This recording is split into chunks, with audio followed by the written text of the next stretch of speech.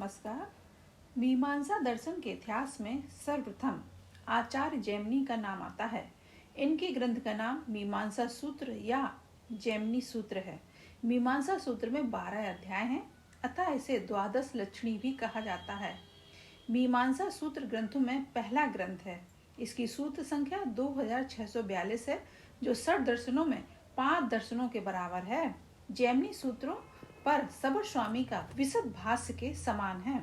सबर स्वामी के बाद मीमांसा के इतिहास में 3 आचार्यों का नाम अत्यंत महत्वपूर्ण है: कुमारिल भट्ट, मुरारी मिश्र, प्रभाकर। इन्हें भाट्टमत और गुरुमत भी कहते हैं। इन 60 दर्शनों में मीमांसा का स्थान सर्वोपरि है, क्योंकि इसमें वैदिक वाक्यों को पूर्णतः प्रमाण माना गया है। वेद के 2 भाग हैं, कर्मकांड और ज्ञान कांड।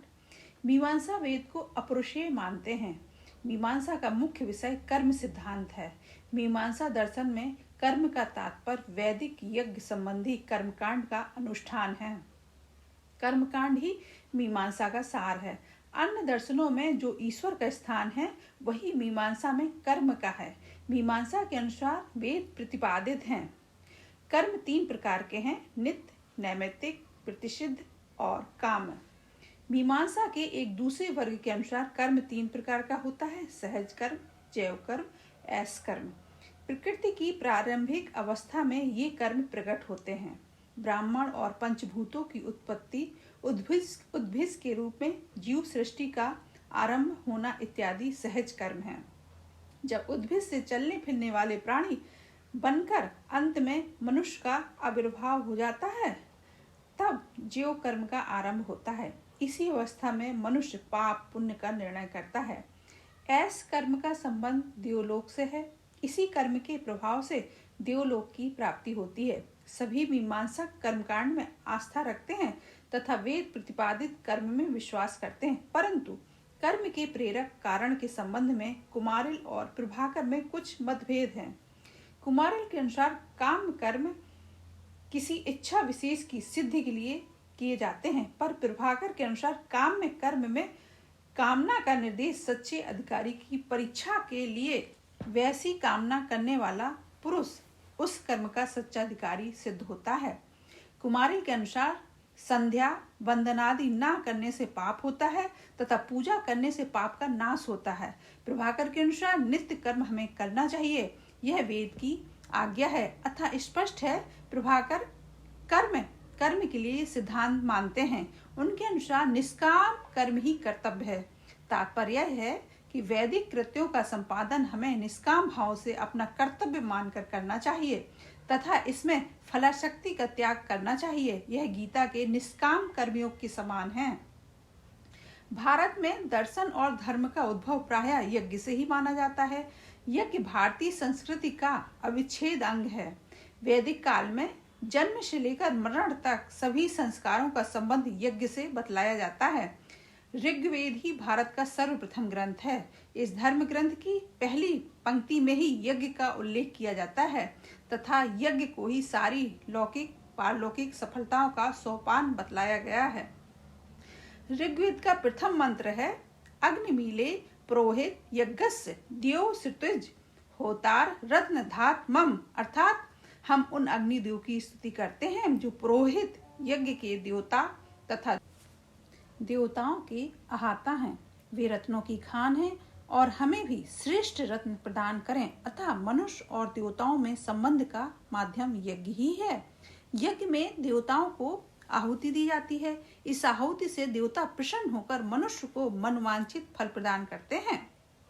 प्रत्येक देवता शक्ति के केंद्र माने गए हैं। सभी लौकिक और पारलौकिक उपलब्धियों के लिए शक्ति की आवश्यकता है और इस शक्ति को अपने वश में करने के लिए मनुष्य यज्ञ करता है।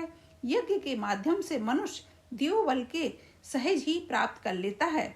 भगवान श्री कृष्ण यज्ञ के महत्व को बतलाते हुए गीता में कहते हैं कि प्रजापति ब्रह्मा ने कल्प के आदि में यज्ञ सहित प्रजाओं को रचकर कहा कि तुम लोग इस यज्ञ के द्वारा वृद्धि को प्राप्त हो और यह यज्ञ तुम लोगों को इच्छित भोग प्रदान करने वाला है।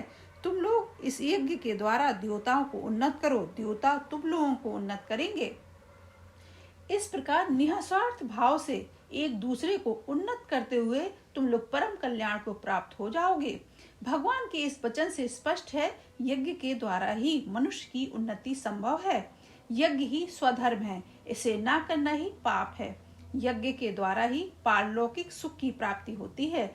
वेदों में इंद्र, वरुण, विष्णु आदि देवताओं को लक्ष्य कर आहुति दी जाती है। देवता मंत्रात्मक होते हैं और देवताओं की पृथक सत्ता उन मंत्रों को छोड़कर अलग नहीं होती, जिसके द्वारा उनके लिए होम का विधान है।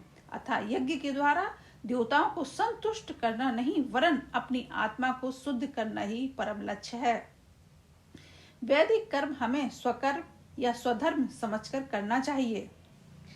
भारतीय दर्शन के आस्तिक परंपरा में मीमांसा का सर्वोपरि स्थान है। इसका प्रमुख कारण यह है, मीमांसा सबसे बड़ा आस्तिक दर्शन माना गया है। भारतीय दर्शन के विभाजन में हमने यह विचार किया है कि आस्तिक वही है जो वेद की प्रामाणिकता स्वीकार करते हैं तथा इसके विपरीत वेद को अप्रमाण मानने वाला ही नास्तिक है। वेद को बिल्कुल प्रमाण मानने वाला यही एक दर्शन है। अतः मीमांसा सर्वोपरि आस्तिक दर्शन है। सांख्य, योग, न्याय, वैशेषिक आदि भी वेद को प्रमाण मानते हैं तथा आस्तिक भी हैं, परंतु मीमांसा के समान नहीं। इसमें मीमांसा का महत्व स्पष्ट हो जाता है। मीमांसा में वेद को प्रमाण मानकर वैदिक विषय यंत्रों की विस्तृत व्याख्या की गई है। वेद का प्रतिपाद्य विषय धर्म है, इसके लिए यज्ञ का विधान है। मीमांसा लोग ज्ञान कर्म समुच्चयवादी कहलाते हैं। अतः इनके अनुसार मोक्ष की प्राप्ति ज्ञान और कर्म दोनों से संभव है। कुमारिल भट्ट के अनुसार आत्मा स्वभावतः अचेतन है। आत्मा में चेतना तभी आती है जब आत्मा का संबंध शरीर, इंद्रिय और विषय से होता है। आत्मा का इनसे वियोग ही मोक्ष है। जब आत्मा का इनसे संबंध नहीं होता तो आत्मा शरीर में स्थित होकर इंद्रियों के माध्यम से विषयों का अनुभव करता है, यही मोक्ष है। धन्यवाद।